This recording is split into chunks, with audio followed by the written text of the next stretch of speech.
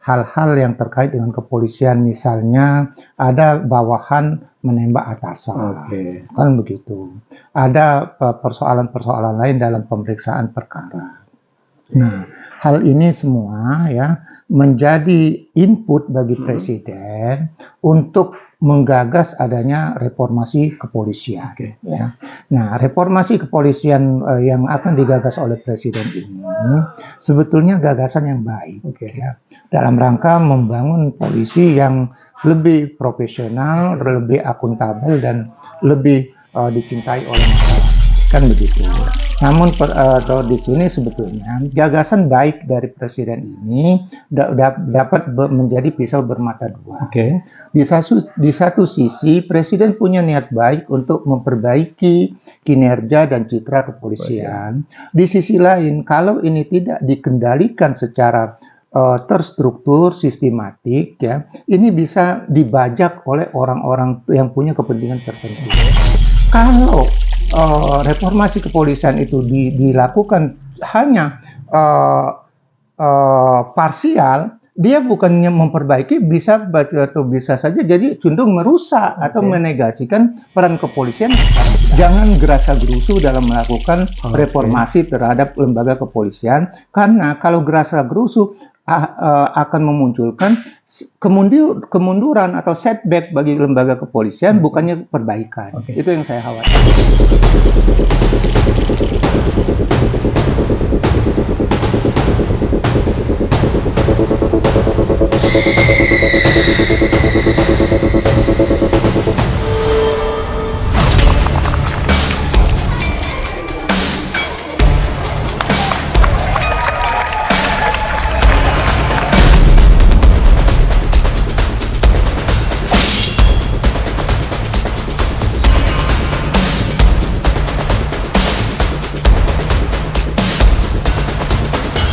Assalamualaikum warahmatullahi wabarakatuh. Waalaikumsalam warahmatullahi wabarakatuh. Masih bersama saya Taufik Usman dalam Lentera Viral Lebih Dari A1.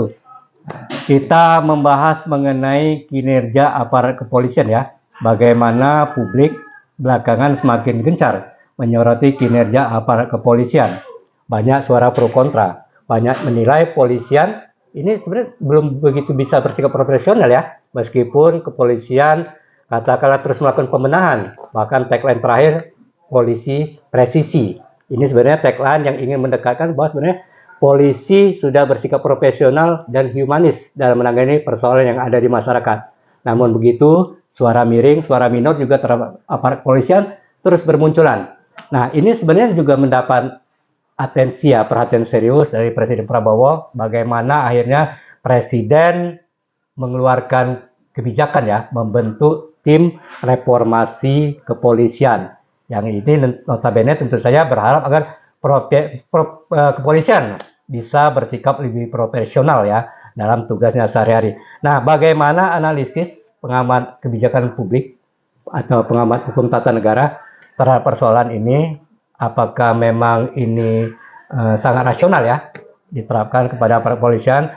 Bersama kita sudah ada Bapak Dr. Haji Bahrul Ilmi Yaakob. Ya. Beliau biasa disapa Bang Bahrul. Bang Bahrul sehat ya? Sehat, alhamdulillah. Ya. Bang Bahrul, ini aparat kepolisian kembali disorot ya. Bagaimana kinerja aparat kepolisian terus pro kontra. Satu sisi gila profesional, namun banyak juga yang menganggap bahwa polisi kita masih jauh dari harapan. Nah, sebelum kita membahas mengenai bagaimana akhirnya Presiden membentuk tim reformasi, kalau Anda melihat kinerja kepolisian seperti apa gitu, Bang Bahrul? Memang kalau kita merekam dari perkembangan berita terhadap kepolisian di masyarakat ya, cukup tajam kritik yang muncul terhadap lembaga kepolisian. Ya, antara lain pada pemilu yang lalu ada istilah yang berkembang itu parcok ya. Parcok itu diasosiasikan sebagai partai coklat. Artinya di situ tergambar adanya ketidaknetralan kepolisian dalam perpolitikan, terutama dalam pemilu. Nah, kemudian di berbagai kasus-kasus lain juga muncul hal-hal yang terkait dengan kepolisian, misalnya ada bawahan menembak atasan, kan begitu. Ada persoalan-persoalan lain dalam pemeriksaan perkara. Nah, hal ini semua ya menjadi input bagi Presiden untuk menggagas adanya reformasi kepolisian. Ya. Nah, reformasi kepolisian yang akan digagas oleh Presiden ini sebetulnya gagasan yang baik. Ya. Dalam rangka membangun polisi yang lebih profesional, lebih akuntabel, dan lebih dicintai oleh masyarakat. Kan begitu. Namun di sini sebetulnya gagasan baik dari Presiden ini dapat menjadi pisau bermata dua. Di satu sisi Presiden punya niat baik untuk memperbaiki kinerja dan citra kepolisian. Di sisi lain, kalau ini tidak dikendalikan secara terstruktur, sistematik, ya, ini bisa dibajak oleh orang-orang yang punya kepentingan tertentu. Oleh karena itu saya ingin mengatakan ya, gagasan Presiden untuk mereformasi kepolisian itu tidak boleh dibajak. Artinya harus dilaksanakan sesuai dengan gagasan yang dikehendaki oleh Presiden. Ukuran atau pikiran Presiden untuk memperbaiki kepolisian itu paling tidak berada pada 3 layers ya, atau 3 tataran. Tataran pertama, tataran konstitusional. Secara konstitusional, Undang-Undang Dasar 1945 sudah menggariskan bahwa kepolisian itu diberi kewenangan untuk menjaga ketertiban dan keamanan. Ya, Kamnas ya, ketertiban dan keamanan. Nah, ini harus diluruskan kembali ya, apa yang mau diubah dalam struktur kewenangan kepolisian ini terkait dengan kelembagaan, terkait dengan kewenangan. Jangan sampai struktur kepolisian ini kemudian kewenangannya itu diubah-ubah tanpa kajian yang lebih mendalam. Ya.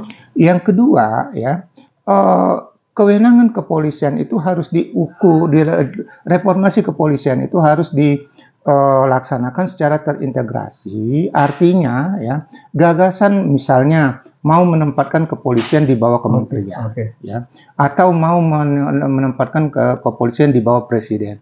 Ini sebenarnya sama. Yang sekarang itu sudah terjadi. Presiden atau kepolisian itu di bawah Presiden, tapi Presidennya maunya apa? Ya, nah kalau Presiden atau kepolisian hanya tunduk kepada maunya Presiden tanpa melihat konstruksi hukum dari kewenangan kepolisian, kan bisa salah. Nah, jadi yang kedua, kajian untuk transformasi atau reformasi kepolisian itu harus terintegrasi, mencakup semua aspek, ya. Nah, baru dia akan bermakna kepada perbaikan. Kalau reformasi kepolisian itu dilakukan hanya parsial, dia bukannya memperbaiki, bisa saja jadi cenderung merusak atau menegasikan peran kepolisian yang sekarang sudah ada. Yang ketiga, ya, reformasi kepolisian itu, ya, mau tidak mau dia akan mengubah aturan yang terkait dengan kepolisian, Undang-Undang Kepolisian Nomor 2 Tahun 2002, ya. Kemudian akan terkait dengan Kitab Undang-Undang Hukum Acara Pidana yang mengatur kewenangan kepolisian dalam atau penindakan tindak kejahatan. Ya. Yang ketiga, dia akan terkait dengan kedudukan kepolisian sebagai penyidik umum. Artinya bagaimana ini nanti disesuaikan dengan Undang-Undang Kejaksaan, Undang-Undang KPK, dan Undang-Undang Penyelidikan Tindak Pidana di Laut atau Bakamla misalnya. Itu semua harus dilakukan sinkronisasi, harus dikaji, kemudian harus dilakukan harmonisasi terhadap aturan-aturan itu agar ya nanti reformasi kepolisian itu tidak membentur aturan-aturan lain yang menyebabkan kepolisian makin gagal melaksanakan fungsinya secara baik. Jadi paling tidak tiga hal itu menjadi perhatian umum, perhatian utama bagi tim reformasi kepolisian yang akan dibentuk oleh Presiden. Sayangnya sampai sekarang belum ada pengumuman, tapi kabarnya sudah akan dibentuk. Saya Bang pikir Bahrul, itu. Anda melihat dalam konteks kepolisian ini kajian komprehensif itu belum dilakukan gitu, Bang Bahrul ya, Bang Bahrul ya? Ya, itu harus dilakukan oleh tim yang akan dibentuk oleh Presiden. Nah, karena saya melihat informasinya Presiden kan akan membentuk tim reformasi kepolisian terdiri dari 9 orang. Ini kerja yang sangat serius ya. 9 orang ini kan cuma pemikir ya. Iya. Bagaimana dia dapat melakukan kajian secara komprehensif perlu waktu tentunya. Dan ini tidak main-main. Karena itu saya berpesan ya kepada tim yang akan dibentuk oleh Presiden itu jangan gerasa-gerusu dalam melakukan reformasi terhadap lembaga kepolisian, karena kalau gerasa-gerusu akan memunculkan kemunduran atau setback bagi lembaga kepolisian, bukannya perbaikan. Itu yang saya khawatirkan. Bang Bahrul, Anda tadi melihat ada jangan sampai ada pembajak ya yang masuk di lembaga kepolisian, termasuk juga dalam konteks reformasi Polri ini. Nah, apakah Anda melihat sebenarnya kepolisian memang mudah diintervensi oleh pihak luar gitu, Bang Bahrul? Tidak. Jadi yang saya maksud jangan membajak gagasan reformasi kepolisian yang digagas oleh Presiden itu, artinya gagasan Presiden itu harus dilaksanakan secara genuine, sesuai dengan maunya Presiden. Bahwa dalam keseharian kepolisian melaksanakan tugas sekarang ada berbagai upaya intervensi, upaya mempengaruhi, misalnya dulu mengajak kepolisian ikut cawe-cawe dalam pemilihan umum, itu sebenarnya natural ya. Nah, makanya ini yang harus dipagari ya, harus dicegah jangan sampai terulang lagi pada pemilu-pemilu yang akan datang. Anda khawatir ini reformasi hanya parsial gitu, Bang Bahrul ya? Saya mengingatkan jangan sampai parsial. Parsial ya? Ya, saya tidak mengatakan ini parsial karena ini belum berjalan. Maka dari awal saya mengingatkan tolong reformasi kepolisian itu dilaksanakan secara terintegrasi, ya, integral, ya, sehingganya dia tidak parsial. Hanya reformasi kepolisian yang terintegral dan konstruktif lah yang akan menghasilkan hasil transformasi yang positif, ya. Sebaliknya, kalau itu dilaksanakan secara parsial, ini akan menyebabkan kepolisian menjadi mundur dalam melaksanakan peran dan fungsinya. Bang Bahrul, banyak anekdot ya, suka tidak suka di banyak anekdot, konotasi bagaimana para kepolisian ini dinilai masih jauh ya dari harapan masyarakat.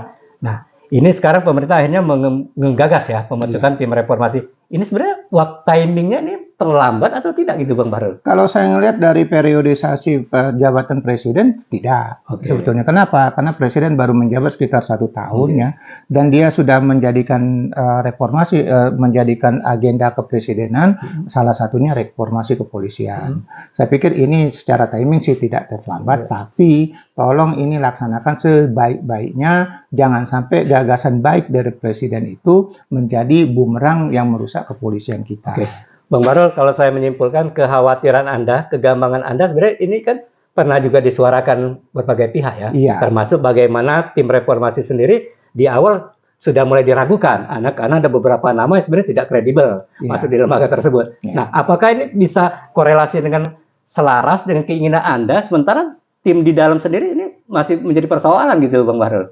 Ya, itu kalau kita lihat kan ada 2 tim dalam rangka melaksanakan gagasan Presiden tersebut. Ya, Kapolri sudah membentuk tim reformasi kepolisian internal ya di kepolisian yang beranggotakan para perwira tinggi kepolisian ya, dan itu ya sudah dijelaskan oleh pihak istana bahwa tim reformasi kepolisian internal itu bersifat teknis ya, sedangkan gagasan untuk menstrukturisasi kepolisian sesuai dengan Undang-Undang Dasar 1945 itu ada pada tim yang akan dibentuk oleh Presiden. Jadi ini bisa saling melengkapi sebetulnya. Bang, seandainya tim reformasi terbentuk, real wajah kepolisian kita ke depan seperti apa ini, Bang?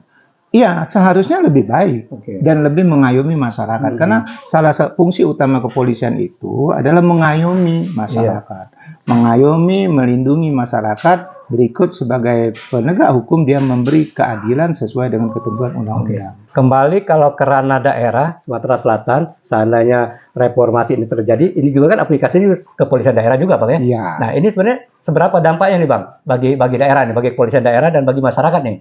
Ya, kalau misalnya memang gagasan Presiden tentang reformasi kepolisian itu dilaksanakan secara baik, tentu akan ada perubahan-perubahan terhadap peran dan fungsi kepolisian dalam ke depan ya, dan itu memang harus dilaksanakan oleh kepolisian dari pusat sampai daerah. Artinya aparat kepolisian di daerah harus siap untuk melaksanakan reformasi kepolisian dalam rangka membangun kepolisian yang lebih profesional ya dan lebih dicintai oleh masyarakat. Ini pertanyaan publik, Bang. Ya. sebenarnya mau nggak mereka melakukan reformasi gitu Bang? Karena kita tahu sebenarnya dalam kondisi sekarang kan polisi porsinya kan sangat besar ya, bagaimana kewenangan, begitu juga segala macam. Nah ini kalau perubahan ini kan agak katakanlah menjadi ancaman ya dalam tanda kutip ya terhadap beberapa. Nah ini seperti apa Bang? Iya, setiap upaya perubahan itu pasti ada pro kontra ya. Mungkin pada segmen tertentu orang merasa nyaman dengan kondisi yang ada sekarang, orang enggan berubah. Tapi karena ini sudah digagas oleh presiden dan menjadi program presiden, saya pikir ya kita harus merumuskannya secara baik. Kemudian apapun yang diputuskan oleh tim reformasi kepolisian ini diturunkan ke dalam undang-undang, ya semua kita harus melaksanakannya. Tapi kita optimis Bang ya, tim reformasi tidak hanya simbolik ya, memang nanti betul-betul real ya, kenyataan konkret di lapangan memang seperti itu. Saya mengharapkan tim reformasi ini memang berjalan, memang melaksanakan tugasnya secara real ya, sesuai dengan gagasan presiden. Kalau dia tidak melaksanakan tugas secara baik, itu yang saya katakan membajak gagasan atau reformasi kepolisian yang digagas oleh presiden. Artinya gagasan presiden itu tidak sampai kepada implementasi. Dampaknya ke lembaga kepolisian Bang? Citra semakin menurun atau kepercayaan presiden yang semakin tergerus? Iya, paling tidak upaya untuk memperbaiki kepolisian itu menjadi tidak tercapai. Dan sumber daya yang dikeluarkan oleh negara untuk membiayai tim reformasi ini menjadi sia-sia. Dan kita berharap ya tidak ada lagi pemborosan keuangan negara untuk hal-hal yang sia-sia.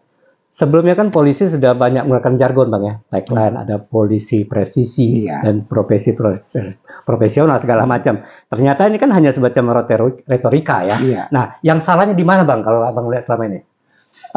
Ada hal yang saya amati. Kepolisian itu dalam hal tertentu dia masih miskonsepsi terhadap rantai komando. Ya. Jadi kepolisian itu karena dia lama di bawah lingkungan atau berada dalam lingkungan Tentara Nasional Indonesia, ya. Jadi atau di kepolisian itu kehendak atasan itu merupakan perintah yang tidak boleh dibantah. Sehingganya kadang-kadang dalam komunikasi ya kehendak atasan itu kadang-kadang tidak diimbangi dengan informasi yang komprehensif ya, sehingganya atasan bisa keliru dalam mengambil keputusan. Nah, dalam hal ini sebetulnya ada ruang karena polisi itu adalah sipil ya bagi bawahan untuk memberikan data yang real.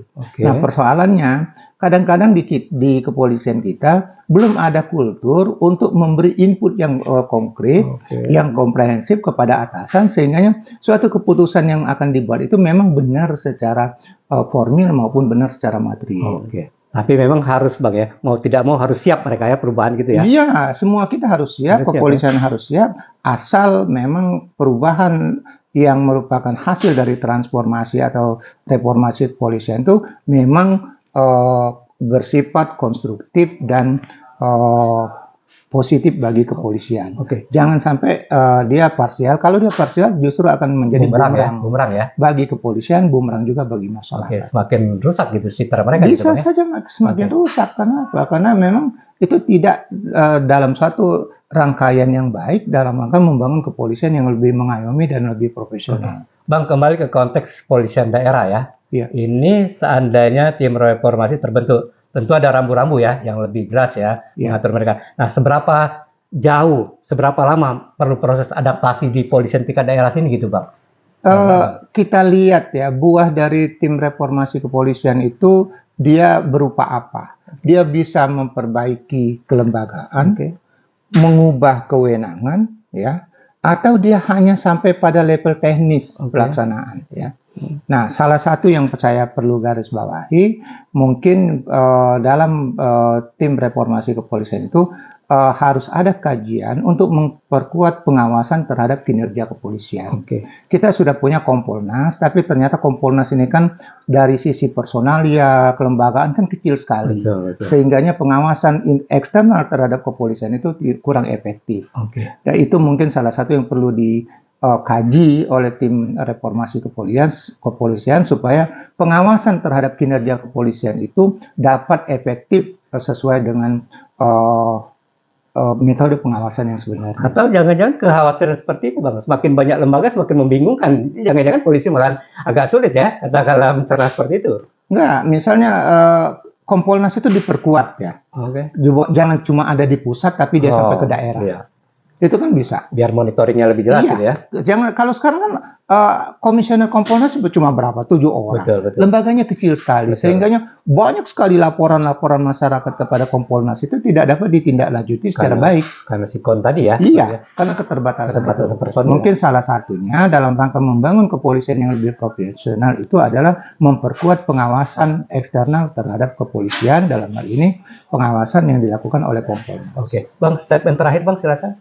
Ya, saya pikir gagasan Presiden untuk melakukan reformasi terhadap kepolisian itu sesuatu yang baik ya, sehingganya gagasan ini harus dijaga orisinalitasnya dan harus diwujudkan dalam program reformasi kepolisian yang memang manageable dan dapat dilaksanakan secara efektif. Oke, baik penonton Lentera Viral, demikian tadi analisis cerdas ya. Menarik sekali dari Bapak Dr. Haji Bahrul Ilmi Yakub.